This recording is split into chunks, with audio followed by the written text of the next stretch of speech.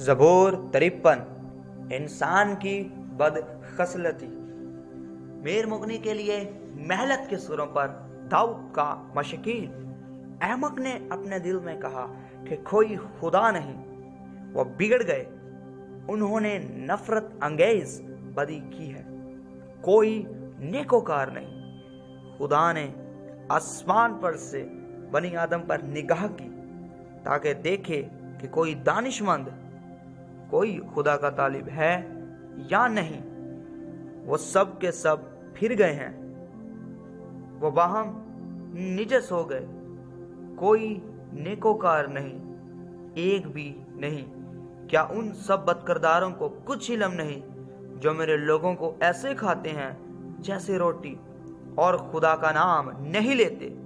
وہاں ان پر بڑا خوف چھا گیا، گو خوف کی کوئی بات نہ تھی، کیونکہ خدا نے ان کی ہڈیاں جو تیرے خلاف خیمہ زن تھی بکھیر دی۔ تو نے ان کو شرمندہ کر دیا، اس لیے کہ خدا نے ان کو رد کر دیا ہے۔ کاش کہ اسرائیل کی نجات سیون میں سے ہوتی۔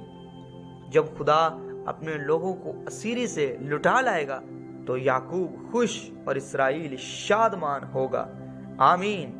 یسوع زندہ ہے، شیطان شرمندہ ہے۔